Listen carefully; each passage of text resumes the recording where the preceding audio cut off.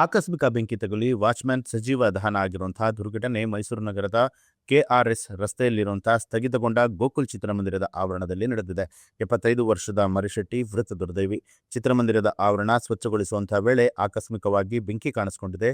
ಜ್ವಾಲೆಯಿಂದ ಹೊರಬರಲು ಆಗದಂತಹ ಮರಿಶೆಟ್ಟಿ ಅವರು ಸಜೀವವಾಗಿ ದಹನ ಆಗಿದ್ದಾರೆ. ಸುಮಾರು 45 ವರ್ಷಗಳಿಂದ ಗೋಕುಲ್ ಚಿತ್ರಮಂದಿರದಲ್ಲಿ ಮರಿಶೆಟ್ಟಿ ವಾಚ್‌ಮನ್ ಆಗಿ ಕೆಲಸ ಮಾಡುತ್ತಿದ್ದರು. ಸಮೀಪದಲ್ಲೇ ಇದ್ದ ಮನೆಯೊಂದರಲ್ಲಿ ಕುಟುಂಬದ ಜೊತೆ ವಾಸವಾಗಿದ್ದರು. ಬೆಳಗ್ಗೆ ಆವರಣವನ್ನ ಸ್ವಚ್ಛ ಮಾಡುವ ವೇಳೆಯಲ್ಲಿ ಆಕಸ್ಮಿಕವಾಗಿ ಬೆಂಕಿ ಕಾಣಿಸಿಕೊಂಡಿದೆ. ಬೆಂಕಿಯಲ್ಲಿ ಸಿಲುಕಿದ ಮರಿಶೆಟ್ಟಿ ತಪ್ಪಿಸಿಕೊಳ್ಳಲು ಸಾಧ್ಯ ಆಗದೆ ಸಜೀವ ದಹನ ಆಗಿದ್ದಾರೆ. ಕೆಲಸ ಮುಗಿಸಿ ಮನೆಗೆ ಹಿಂತಿರುಗದ ಹಿನ್ನೆಲೆಯಲ್ಲಿ ಕುಟುಂಬಸ್ಥರು ಪರಿಶೀಲನೆ ಮಾಡಿದಾಗ ಸುಟ್ಟು ಕರಕಲಾದ ಸ್ಥಿತಿಯಲ್ಲಿ ಕಾಣಿಸಿದ್ದಾರೆ.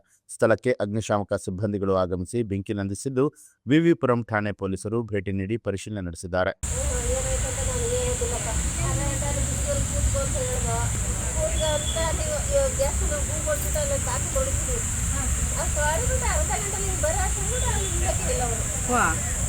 ಎಲ್ಲ ಕಡೆ ರೌಂಡ್ ಹೊಡೆದೆ. ಅಲ್ಲಿ ಹೋಟ್ಲ್ ಕಡೆ ಹೋದೆ, ದೇವಸ್ಥಾನ ಕಡೆ ಹೋದೆ, ಇಂಥ ನೋಡಿದೆ. ಆಮೇಲೆ ಅಲ್ಲಿ ಬೆಂಕಿ ಕಾಣ್ತಿತ್ತು, ವಾಟರ್ ಹಾಕಿರ್ಬೇಕು ಅಂತ ತಿಳಿದೆ. ಆಮೇಲೆ ಬಣ್ಣ ಅಂತೂ ಇಲ್ಲಿ ನೋಡಿ ಇತ್ತು ಹೋಯ್ತು ಕಣಕ್ಕೆ ಹೋಗ್ತು. ಇತ್ತು ಎಲ್ಲೈತೆ ಅಂತ ಯಾರು ನೋಡಿದ್ರು ಕೇಳ್ತಾ ಇಲ್ವಲ್ಲ ಅಂದ್ಬಿಟ್ಟು ಹಿಂದಕ್ಕೆ ಹೋದೆ. ಹಿಂದೆ ನಾನು ಆಮೇಲೆ ಇಬ್ಬರು ಫೋನ್ ಮಾಡಿದೆ. ಬೆಂಕಿ ಎತ್ಕೊಬಿಟ್ಟಿದೆ ಕಣೆ, ಯಾರು ಹಾಕಿದಾರ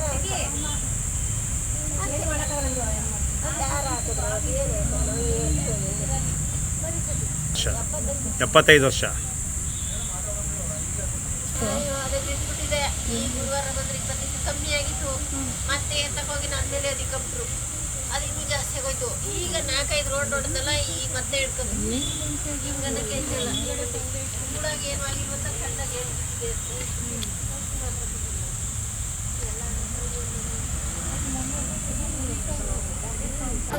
ನ್ಯೂಸ್ ಅಲರ್ಟ್ ನಿಮ್ಮಿಂದ ನಿಮಗಾಗಿ.